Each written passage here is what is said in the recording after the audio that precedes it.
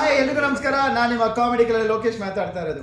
ಏನಪ್ಪ ವಿಚಾರ ಅಂತ ಹೇಳಿದ್ರೆ, ಇದೇ ತಿಂಗಳು 28ನೇ ತಾರೀಕು ಶನಿವಾರ ಸಂಜೆ 5 ಗಂಟೆಗೆ ನಮ್ಮ ಅಂಬೇಡ್ಕರ್ ಭವನದಲ್ಲಿ ಚಿಗುರೋತ್ಸವ ಅಂತ ಹೇಳಿ ಒಂದು ಕಾರ್ಯಕ್ರಮವನ್ನು ಮಾಡ್ತಾ ಇದ್ದೀವಿ. ಈ ಚಿಗುರೋತ್ಸವದ ಕಾರ್ಯಕ್ರಮ ಉದ್ದೇಶ ಏನಪ್ಪಾ ಅಂತ ಹೇಳಿದ್ರೆ, ನಾಟಕ ಅಂದರೆ ರಂಗಭೂಮಿಯ ಚಟುವಟಿಕೆಗಳನ್ನು ನಮ್ಮ ಚಿಗುರಲ್ಲಿ ಮಾಡ್ತಾ ಇದ್ದೀವಿ. ಅದನ್ನು ಅಲ್ಲಿ ಪ್ರೆಸೆಂಟ್ ಮಾಡ್ತಾ ಇದ್ದೀವಿ.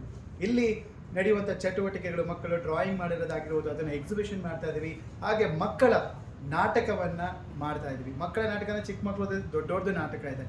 ನೀವೆಲ್ಲ ನಾಟಕನ ನೋಡೋಕ್ಕೆ ಜಯನಗರ JP ನಗರ ಹೋಗಬೇಕು ನಾಟಕ ನೋಡೋಕ್ಕೆ. ಯಾಕಂದರೆ ಆ ಭಾಗದಲ್ಲಿ ಸೌತ್ ಸೈಡ್ ಹೋದರೆ ನೀವು ಎಲ್ಲ ನಾಟಕ ಪ್ರತಿಯೊಬ್ಬರೂ ಶನಿವಾರ ಭಾನುವಾರದ ನಾಟಕ ನೋಡಿ ಕೊಡೋಗ್ಬಿಡ್ತೀವಿ.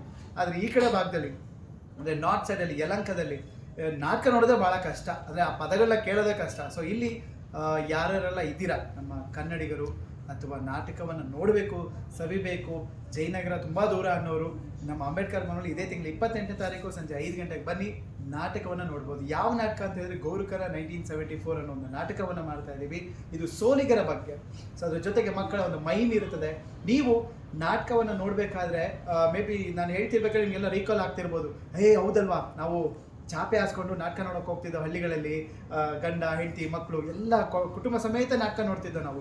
ಆ ನೆನಪುಗಳು ಮತ್ತೆ ನಿಮಗೆ ಕಾಡಬೇಕು, ಆ ನೆನಪುಗಳು ಮತ್ತೆ ಬೇಕು ಅಂತ ಹೇಳಿದ್ರೆ ನೀವು ನಮ್ಮ ನಾಟಕವನ್ನು ನೋಡೋದಕ್ಕೆ ಬರಬೇಕು ಅಂತ ಕೇಳ್ಕೊತೀನಿ. ಸೊ ಒಬ್ಬರೇ ಬರೋದಂತಲ್ಲ, ನಿಮ್ಮ ಕುಟುಂಬ ಸಮೇತ ಎಲ್ಲರೂ ಬಂದು ಈ ನಾಟಕವನ್ನು ನೋಡ್ಬೋದು.